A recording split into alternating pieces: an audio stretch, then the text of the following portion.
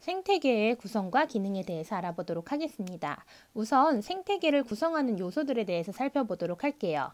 자, 여러분들 하나하나의 생물체를 뭐라고 부를 거냐면요. 개체라고 부를 것입니다. 개체 하나 이렇게 얘기를 하는 거고요. 그 다음에 이 개체들이 모이게 되면 개체군이 됩니다. 자, 그러면 하나의 종으로만 구성되어 있기 때문에 여기 개체가 그죠? 한 종이죠. 호랑이라고 하는 종이 있으면 이 호랑이가 여러 개 모이게 된 거니까요. 같은 종의 생물 집단을 의미를 합니다. 여기서 제가 여기다 이렇게 표시를 해놓은 이유는 문제에서 자주 나오는 부분이기 때문입니다. 개체군은 하나의 종으로만 구성되어져 있어요. 그 다음에 세 번째, 이렇게 개체군들이 집단으로 모여 있다라고 해서 군집이라고 얘기를 하는데요. 이 군집 같은 경우에는 여러 개의 개체군들이 같은 공간에 모인 것을 뜻합니다. 여러 개가 있는 거예요. 예를 들면 호랑이 집단, 고양이 집단, 개 집단 이런 식으로 여러 개의 개체군들이 있고 이것이 모인 것을 군집이라고 얘기를 합니다. 자, 그 다음에요. 이렇게 이 군집이 환경과 상호작용을 하게 되면 생태계라고 이야기를 하는 거죠. 그래서 이것들이 살고 있는 공간까지 합쳐서 이제 생태계라고 이야기를 합니다. 자, 그러면요. 이거를요. 다시 그림으로 한번 살펴보도록 할게요. 일단 생태계라고 하는 건요. 환경과 생물로 구성되어져 있습니다. 이것을 다른 말로는 생물적 요소, 여기는 비생물적 요소라고도 이야기를 합니다. 다시 한번 생물적 요소, 비생물적 요소라고도 하고요. 그냥 이렇게 생물군집, 무기환경 이렇게도 표시를 합니다. 그 다음에요. 환경에는 빛, 온도, 물, 공기, 토양 등등등 여러 가지 것들이 있겠죠. 습도도 있을 거고 되게 다양하게 있을 겁니다. 자, 이것들이 생물에 영향을 미치게 됩니다. 이것을 뭐라고 부르냐면 작용이라고 얘기를 합니다. 자, 환경이 생물에 영향을 미치는 거, 작용. 그럼 그거에 반대되는 것들이 있겠죠. 생물 군집이 환경에 영향을 미치는 것. 이것은 반작용이라고 얘기를 합니다. 이것도 알아두세요. 작용, 반작용. 자, 그러면 생물끼리 영향을 미치면 뭐라고 부르느냐? 이것은 상호작용이라고 이야기를 합니다.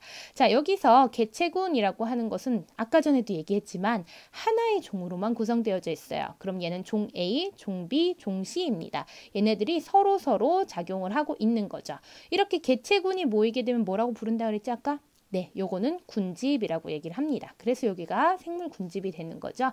네, 여기까지 일단은 살펴봤고요. 자, 그러면요. 아까 전에 생물 군집과 무기 환경을 다른 말로는 생물적 요인 그리고 비생물적 요인이라고 한다고 했는데 한번 이거에 대해서 살펴보도록 할게요. 자, 생물적 요인 한번 먼저 보도록 하겠습니다. 생물적 요인입니다. 생물적 요인에는 세 가지 종류가 있는데요. 생산자와 소비자와 분해자가 있습니다. 자, 그 중에서 생산자라고 하는 것은요. 광합성을 통해서 스스로 양분을 만드는 것입니다. 그래서 유기물을 자기 스스로 만들기 때문에 독립영양생물이라고도 얘기를 합니다. 예시에는 녹색식물과 식물성 플랑크톤이 있습니다.